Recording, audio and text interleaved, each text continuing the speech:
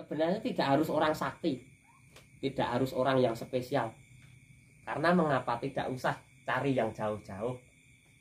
Namun orang tua kita itu sendiri adalah sebenarnya yang bisa iso nuduhke dalane kamulyane awake dhewe iki dari orang tua kita sendiri. Maka yang bisa disimpulkan adalah wong tuwa kuwi Gusti Allah katon. Namun kalau pesan ataupun kesan dari orang tua kita itu sendiri kan masih sanepo. Masih sanepo. Jek anek sanepan iki kudu dionceki dhewe.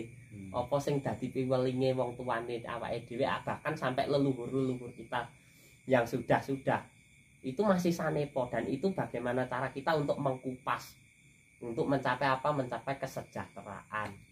Kembali ke itu lagi, temanya lagi membahas Satrio Piningit sesuai kejawen kuno. Membahas Satrio Piningit sesuai kejawen kuno. Sebenarnya tentang kemunculan tokoh itu sendiri itu kan juga pesan dari leluhur kan. Baik itu sesuai sumber tertulis dalam buku Jongko Joyoboyo yang membuat Sri Aji Pamoso. Kalau bukunya itu kan sebenarnya sudah anakan, jadi itu sudah dikopi beberapa kali. Namun kalau sesuai esensinya tidak jauh beda sebenarnya.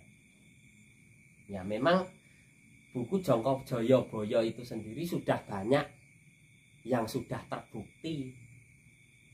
Mengapa buku Jongko Joyoboyo itu sangat valid, mayoritas valid tentang apa yang disampaikan sesuai buku itu sendiri, sangat valid. Maka dari itu orang dulu sebenarnya bisa dikatakan kebanyakan, wah wong ngerti sadurunge winarah. Wong kuwi ngerti sadurunge winarah itu sebenarnya yang bagaimana? Kalau leluhur dulu itu kebanyakan sudah bisa menyesuaikan dengan keberadaan alam. Maka tidak aneh leluhur dulu itu sangat bisa menyatu dengan kode-kode alam. Sudah tidak asing lagi. Oh, kalau kode alam telah begini, pasti di waktu yang akan mendatang pasti akan kemunculan hal yang serupa begini. Apa itu sebenarnya putar gitu ya Mas? Kehidupan itu. Itu sebenarnya semacam disket kalau bagi saya. Maka orang Jawa dulu, kalau tentang disket kehidupan, sebenarnya orang Jawa dulu paham ilmu urip panitisan. Jadi kalau mati dihidupkan lagi, mati dihidupkan lagi. Seperti kita-kita ini sendiri, itu sebenarnya disket di masa lalu sudah ada.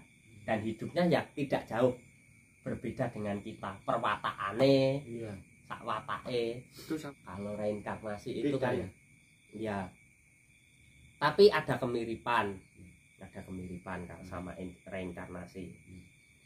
Seperti wong biyen ki nek ngucap mesti mandi. Wong biyen ki nek duwe wewaler mesti mandi. Ya karena sudah kita sendiri sebagai generasi orang Jawa itu sudah terdoktrin dengan yang sudah-sudah, seperti adanya petung Jawa. Itu sendiri kan juga akan menimbulkan di masa yang mendatang. Petung Jawa. Oh, nek wong mati tibane segara pasat elek, tibane gunung jugrut apik, gunung apa segara apik, nek jugruk pasat elek. Itu kan sudah petung Jawa. Wah, dinane apa, neptune apa, pasarane apa, itu digunggung. Itu seperti petung Jawa. Dan itu bisa dibuktikan karena apa? Sudah terdoktrin dari leluhur yang sebelumnya bahwa kalau nek tibane ngene mesti apik, nek tibane ngene. Dan itu adalah penciptaan dari pikiran kita. Sehingga banyak yang mempercayai tentang petung-petung itu sendiri. Maka tidak aneh wong gere nek biyen nek iso diarani, wah aja ngene iki kok ndak railok. Tembung railok itu sendiri bagi generasi ke generasi sejak masa dulu itu sangat ditakuti, yang sangat menjadi momok bagi generasi. Oh, jangan sampai aku begini. Itu sudah menjadi peringatan sejak leluhur. Makanya tembung railo itu bahasa leluhur. Itu begitu. Kalau Satrio Piningit tentang kemunculannya alangkah baiknya kita jangan bergantung pada salah satu orang, meskipun itu sendiri akan membawa kemajuan, tapi kita sendiri seenggaknya di masa hidup kita, karena kemunculannya belum genah juga, itu sendiri kita harus berjuang sendiri sebisanya. Kita mencari perkembangan kita sendiri. Itu pun juga nggak bisa diprediksi ya. Tidak bisa diprediksi kapan dan kapannya, tidak bisa diprediksi. Tentang kemunculannya, andaikan itu adalah pemimpin suatu negara, andaikan itu pemimpin suatu kerajaan bahkan,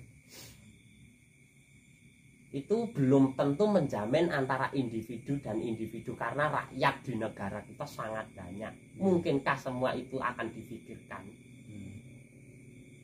Itu begitu. Kalau bagi saya kesimpulannya begitu. Sesuai kejawen kuno, yang saya ambil tentang sumber ceritanya yaitu dari buku Jongko Joyoboyo. Itu tentang kemunculan Satrio Piningit, Ratu Adil kan begitu. Mungkin ada